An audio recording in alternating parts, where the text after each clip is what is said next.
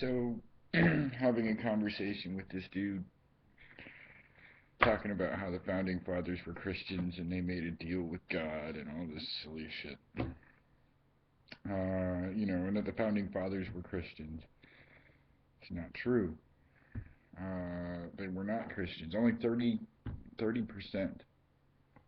plus or minus were theocratic or theistic. Um, and it clearly says in the Constitution there will be no religious test for religious office. You know, which basically bars anyone from using religion as a political stance. George Bush did it, and he got away with it. I don't know how he got away with it, but he did. And then you have fucking Romney doing the same fucking thing. Good thing he didn't get elected because I don't like Romney. There's just something about somebody that smiles that much kind of bugs me, rubs me the wrong way.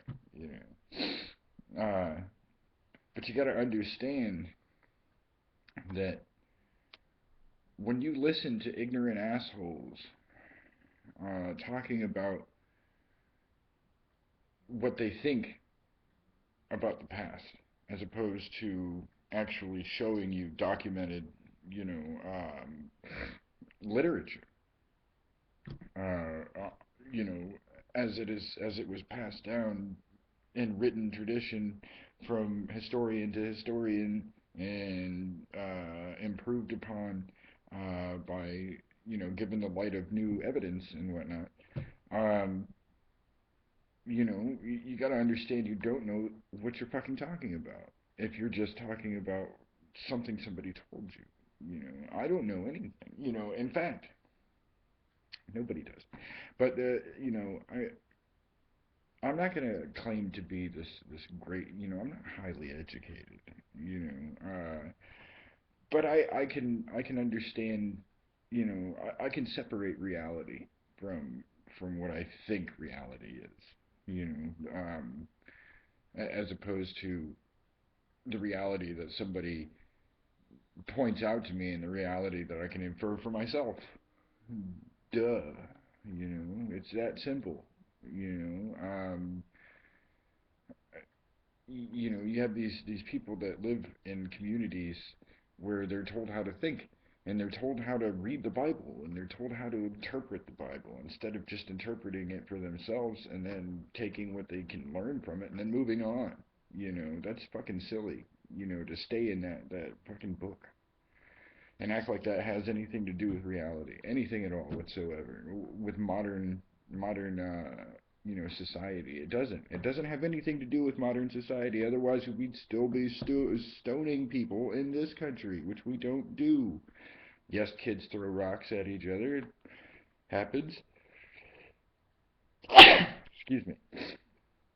But that's you don't know what you're talking about. And when you say things, when you make broad generalizations, and we all make broad generalizations. When I say Christians, I'm not really talking about all Christians. I'm talking about fundamentalist crazies, the ones who listen to the opinions of pastors who have a mild education, like John Pendleton, who is a liar and a charlatan and been proven wrong again and again and again and again and again, over and over and over and over. Just like Kent Hovind, who can't answer a question fucking honestly, or Eric Hovind, who can't ask an honest question. You're talking to people who absolutely have no, who are asserting knowledge and don't have any. I was talking to somebody yesterday online, Bruce Shepard, pretty cool guy. Uh, oh, where was I going to go with that? You know, um, it's it's really silly. I think you have people like Dinesh D'Souza who uh, are so apologetic. Instead of looking at reality as it is and saying, well, I can't assert knowledge where it doesn't exist. where there's no proof of that knowledge. He defends the weaker side of the argument, saying, oh well, the probabilities are 10 to googolplex, give or take you know, a few hundred zeros. These, you know, the, without those probabilities, we wouldn't exist. Well, dude, you don't know that for a fact, but you can only really uh, you can really only guess around it, and say, well, this is a possibility that 10 to the so many hundreds of zeros, you know, um, that you can only say that.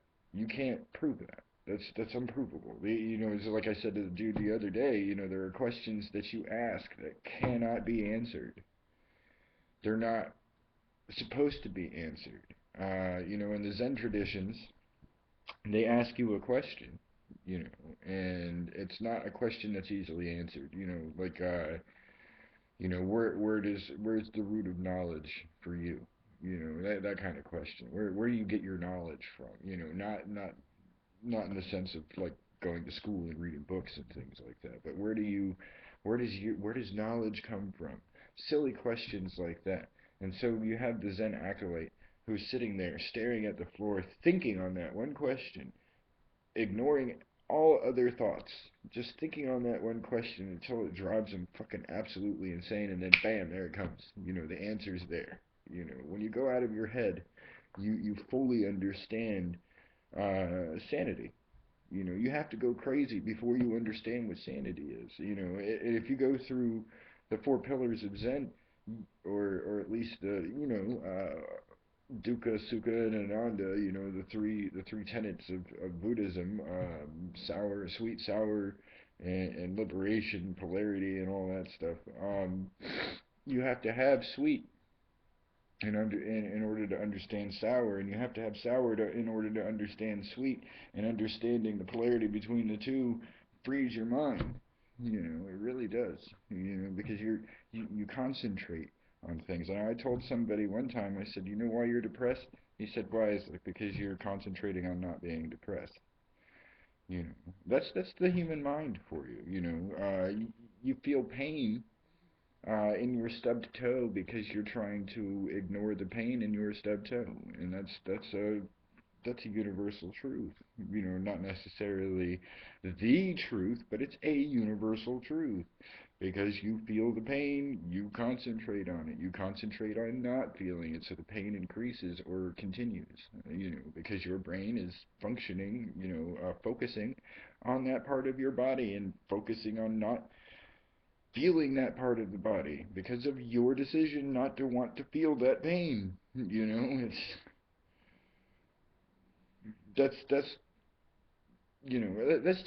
just a way of looking at reality. It doesn't necessarily mean I'm right. I don't really give a shit if I'm right or wrong. I don't care if you're right or wrong. The point is that you don't have to push the position as if you know something, because both sides do that too. You have like the atheists, but what they're pushing is science, and at least science is verifiable. The way they sometimes go about it might not be so rational or so logical, but they're not willing to throw rocks at you. They're not willing to actually shoot you over stupid shit. Where you have the theists. If you don't agree with them, they get more and more violent because I think they're in denial. I'm not sure. Because a lot of that shit sounds stupid, really. And we know it. When I was a Christian, I knew a lot of that shit sounded stupid.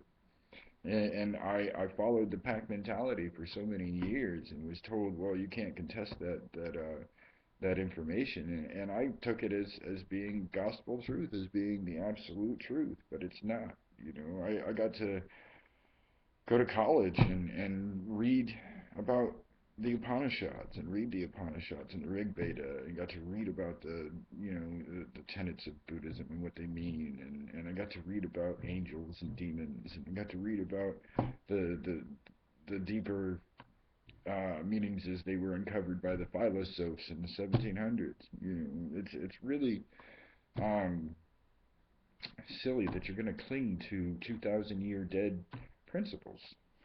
You know, those things don't apply to us, man. You know, and every single, you know, I said this to somebody before. I said every single prophecy, in a sense, is self-fulfilling because in a given day, you're gonna have billions and billions of scenarios that could run out. Just one day, just one single day, there's so many scenarios that could run out. So I could probably say that within the next 10 years, there's going to be a dictator in another country that's going to be killing a whole bunch of people, and somebody's going to come along and stop them. You know, another big brother country is going to bomb the shit out of them until they fucking, you know, get their shit together. And that's, you know, that, now I could say that that's a prophecy, and you know, it could quite possibly happen within the next 10 years. It could happen tomorrow. It could happen in 2 years or 3 years. But, you know, I'm saying within 10 years. I'm not saying 10 years from now that's going to happen.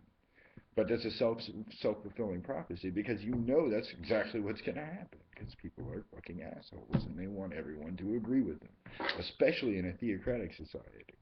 So you know, like, you know, just get it together, man, and stop listening to these people that they don't have any idea. You know, you don't really know anything. You either understand something or you do not understand something. Because you don't know anything other than how you feel in your own skin. And I will say that over and over again until it's understood that that's the only truth you'll ever have is how it feels to stub your fucking toe. But that's all I got for you today. I just thought I would ramble for another couple minutes. And, you know, set some shit straight as well as I can. You know, I know I sound crazy. You know, I listen to my videos and I try to make them as coherent as possible. So this is me trying to be coherent. But if you watch, thank you very much. Comments, questions below, likes, dislikes, whatever. Have a beautiful day.